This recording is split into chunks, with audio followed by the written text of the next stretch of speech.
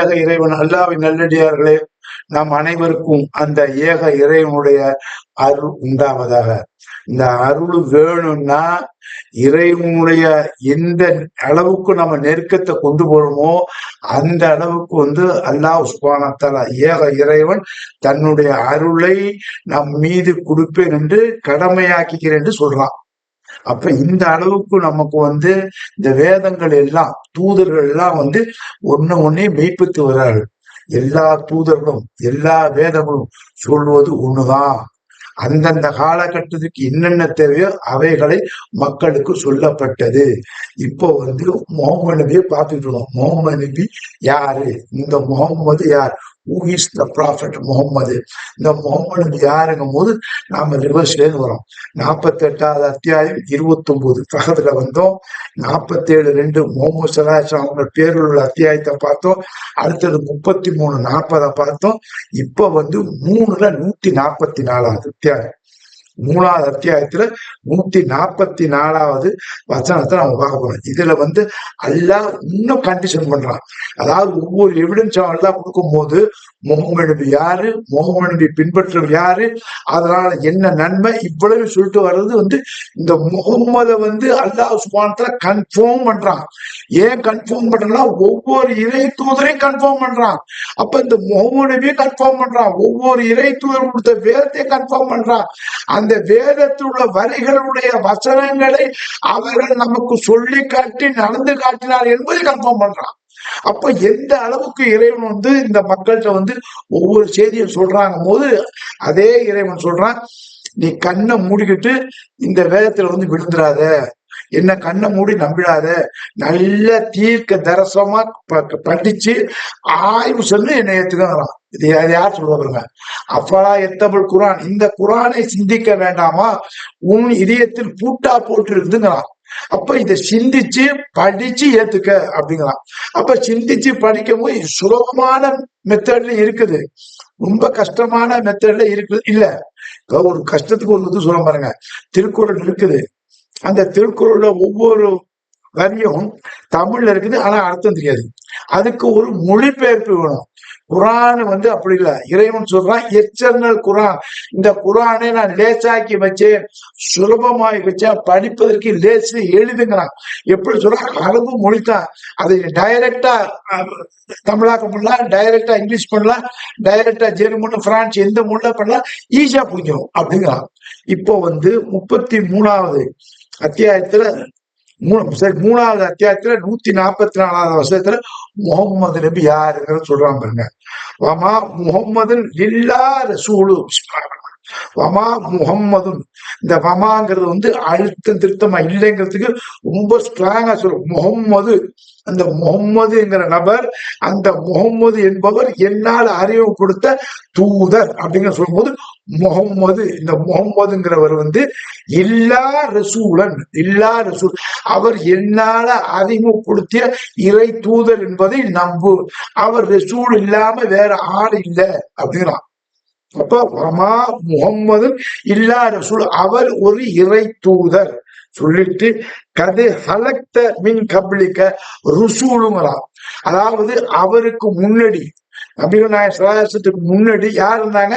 ஈசா இருந்தாங்க. அதுக்கு முன்னாடி மூசா, அதுக்கு முன்னாடி தாவூது நபி, எல்லா நபி, இப்ராஹிம் நபி, ஜக்கரியா நபி, இஸ்மாயில் நபி, எல்லாம் இஸ்ஹாக் நபி, யாக்கூப் நபி இருந்தாங்க. இப்படி எல்லா இறை தூதர் பேர் சொன்ன 25 நபிமார்களும் மௌத்தாயிட்டாங்க.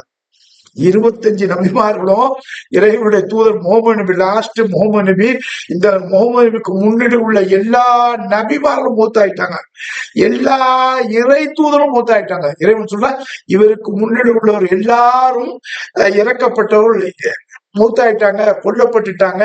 அப்ப எல்லாரும் இறந்து விட்டார்கள். இந்த முகம்மதும் இறக்கக்கூடியவர், இந்த முகம்மதும் இறக்கக்கூடியவர்.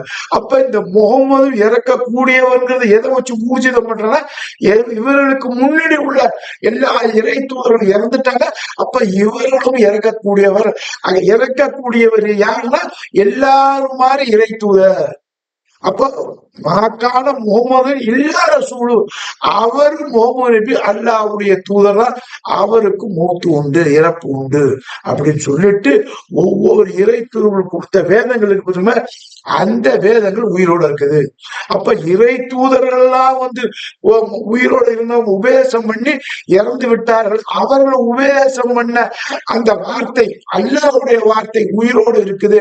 அது எப்படி உயிரோடு இருக்குன்னு கேட்டீங்கன்னா, ஹய்யுல் கையூம், அல்லாஹ் உயிரோடு இருக்கிறார், அவன் நித்திய ஜீவன், அவனுடைய வார்த்தை உயிரோடு இருக்குது அப்படிங்கிறான். அப்ப இறை தூதர்கள் இறக்கக்கூடியவர்கள் தான். அவர்கள் கொண்டு வந்த செய்தியில் மட்டும் இறப்பு இல்ல, நித்திய ஜீவன், நித்திய ஜீவனுடைய செய்தி. அப்ப இறை தூதருடைய செய்தி எல்லாம் இறைவனுடைய செய்தி, அந்த செய்திக்கு இறப்பு இல்லை என்று சொல்லி அல்லாஹ் சொல்ல, அவ்வளவு ஆகிற நான் தான் ஆரம்பமானவன், நான் தான் முடிவானவன். அப்ப ஆரம்பத்திலிருந்து ஒவ்வொரு செய்தி, இந்த உலகம் எப்படி படைக்கப்பட்டது, இந்த உலகத்துக்கு சொந்தக்காரன் யாரு, எல்லாத்தையும் சொல்லி, எல்லா தீர்க்க தரிசியும் சொல்லி, எல்லா தீர்க்க தரிசி கூட வாழ்ந்த மக்களை சொல்லி, அந்த தீர்க்க தரிசி அந்த மக்களுக்கு உபதேசம் சொல்லி, ஏற்பவர் உண்டு ஏற்காதவன் உண்டு என்று தெளிவு சொல்றாங்க. இதையெல்லாம் ஏற்றது உண்டு ஏற்காதவன் உண்டு. அப்ப ஏற்றவும் ஏற்காத உண்டு என்று அவர்களை நமக்கு சுட்டி காட்டி கடைசியா முஹம்மது நபி ஸல்லல்லாஹு அலைஹி வஸல்லம் அவர்களுக்கு வந்து இந்த குர்ஆன் வந்து எல்லா வேதத்தினுடைய எசன்ஸ், எல்லா வேதமும், எல்லா வேத தூதர்களுக்கு அல்லாஹ் என்னென்ன சொன்னானோ அதையெல்லாம் கொஞ்சம் கொஞ்சமா சொல்லி இந்த குர்ஆனை வந்து கம்ப்ளீட் பண்ணி முஹம்மது நபி காத்தமு நபி கடைசி நபியாக்குனா இந்த வேதம் கடைசி வேதம். அப்ப இறை தூதர்களை பத்தி சொல்லும் போது முஹம்மது நபியும் இறக்கக்கூடியவர், இவருக்கு முன்னர் உள்ளவர் இறக்கக்கூடியவர். ஆனா அந்த வேதங்கள் மட்டும், வேத வசனங்கள் மட்டும் உயிரோடு இருப்பது காரணம் என்னவென்றால் அல்லாஹ் ஹய்யுல் கையூம், அல்லாஹ் உயிரோடு இருக்க.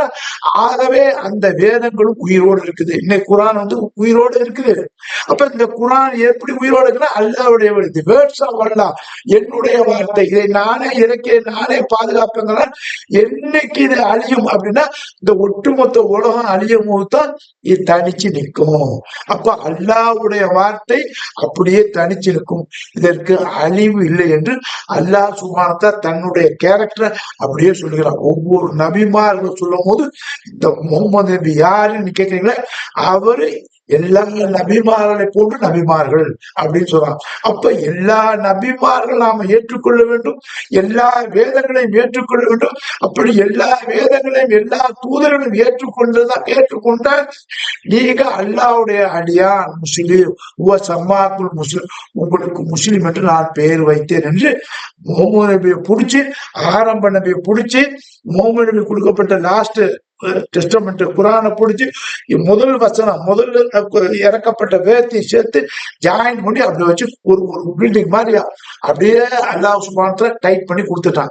இப்ப இந்த வேத வசனங்கள் யாரெல்லாம் படிக்கிறார்களோ அவர்கள் முந்தைய நபிமார்களை படித்தது கூடவும், முந்தைய நபிமார்கள் சொன்னதை ஏற்றுக்கொண்டது கூடவும், அதற்கு முந்தைய நபிமார்கள் சொன்னதை கற்றுக் கொடுத்தது அதை ஏற்றுக்கொண்டதாகும். அப்ப ஒவ்வொரு இறை தூதரையும் ஏற்றுக்கொண்டு அவருக்கு வந்த செய்தி ஏற்றுக்கொண்டு அவை அனைத்தையும் அல்லாஹ் தான் கொடுத்தான். நித்திய ஜீவனாகிய அல்லாஹ் தான் எங்களுடைய இறைவன் என்பதற்கு எல்லா இறை தூதர்களும் சாட்சி, எல்லா இறை வேதங்களும் சாட்சி. அப்படி சாட்சிகள் தான் முஹம்மது நபி ஸல்லல்லாஹு அலைஹி வஸல்லம் அவருடைய உம்மத்தாக நாமும் சாட்சியா இருக்கோம். அதைத்தான் அல்லாஹ் சொல்லி காட்டுறான். அல்லாஹ்வுடைய தூதர் முகம்மதே, நீர் வந்து அந்த மக்களுக்கு, அந்த வேதத்துக்கு சாட்சி. முகமது நபி, நீர் இந்த குர்ஆனுக்கு சாட்சி, நான் குர்ஆனுக்கும் உமக்கும் சாட்சி, நீர் வந்து இந்த மக்களுக்கு சாட்சிங்களாம். இப்படி கொண்டு போறோம் பாருங்க. அப்போ ஒவ்வொரு இறை தூதரும் அந்த இறைவனுக்கு சாட்சியா இருக்காங்க, ஒவ்வொரு இறை தூதரும் அந்த வேதத்துக்கு சாட்சியா இருக்காங்க, ஒவ்வொரு இறை தூதரும் தன்னுடைய சொல்லுக்கு வந்து சாட்சியம் அளித்து அந்த சாட்சியத்துக்கு அவங்க சப்போர்ட்டா கேட்கிறாங்க. மக்களே, நான் உங்களோட உண்மையை சொல்லியிருக்கேன், இந்த உண்மையை நீங்கள் மெய்ப்படுத்துகிறீர்களா என்று நம்மகிட்ட வந்து அவர்கள் சத்தியம் கேட்கிறாங்க, சத்திய வாக்குமூலம் கேட்கிறாங்க. அப்பதான் ஒவ்வொரு அந்த மக்கள் அந்தந்த தூதர்கிட்ட கையில பையத்து பண்றாங்க. நான் உங்களை ஏற்றுக்கொண்டேன், அல்லாஹ் ஏற்றுக்கொண்டேன். அதே மாதிரிதான் முகமது நபி நம்ம என்ன சொல்றோம், லா இலாஹ இல்லல்லாஹ், வணக்கத்துக்குள் அல்லாஹ் என்ற அந்த களிமா ஃபர்ஸ்ட் சொல்லிட்டு முகமது ரசூலுல்லாஹ், முகமது நபி அல்லாஹ்வுடைய தூதர் என்பதை நான் சாட்சி சொல்றேன். அப்ப ஈசாக்கு என்ன சொல்லுவாங்க, லா இலாஹ இல்லல்லாஹ், அல்லாஹ் வணக்கத்துக்கு அல்லாஹ்வை தவிர யாரும் இல்லை, ஈசா அல்லாஹ்வுடைய தூதர். அதே மாதிரி மூசாவுக்கு லா இலாஹ இல்லல்லாஹ், மூசா அல்லாஹ்வுடைய தூதர். இப்ராஹிம் நபிக்கு அப்படி சொல்லி இப்ராஹிம் கலீலுல்லாஹ் அப்படி இருந்தாலும் அதை இல்லாத லா இலாஹ அல்லாஹ் வணக்கத்திற்கு இப்ராஹிம் நபியும் அல்லாஹ்வுடைய ரசூல் தான் அப்படின்னு ஒவ்வொரு இறை தூதருடைய கேரக்டர் அல்லாஹ் சொல்லும்போது who is the prophet Muhammad நபி சொல்லிட்டான். இப்ப நம்ம பார்த்தது 48 29 47 2 33 40 3 144 கடைசி நபி இவரும் இறக்கக்கூடியவர்கள், இவருக்கு கொடுக்கப்பட்ட வேதங்கள் உயிரோடு இருக்கு சொல்லி இந்த உயிரோடு இருக்க வேதத்துக்கு தான் இன்னைக்கு நாமெல்லாம் சாட்சியம் அளிக்கிறோம் என்று கூறி நிறைவு செய்து இன்னைய முகமது நபியை இன்னும் கொஞ்சம் ஸ்ட்ராங்கா, அதாவது மற்றவங்க எப்படி முகமது நபியை பத்திலாம் தப்பா பேசுறாங்க, இந்த முகமது நபிக்கு இந்த வேதம் கொடுக்கப்படும் சொன்னால அதையும் கொஞ்சம் அலசுவோம். அஸ்ஸலாமு அலைக்கும் வரஹ்மத்துல்லாஹி வபரகாத்துஹு.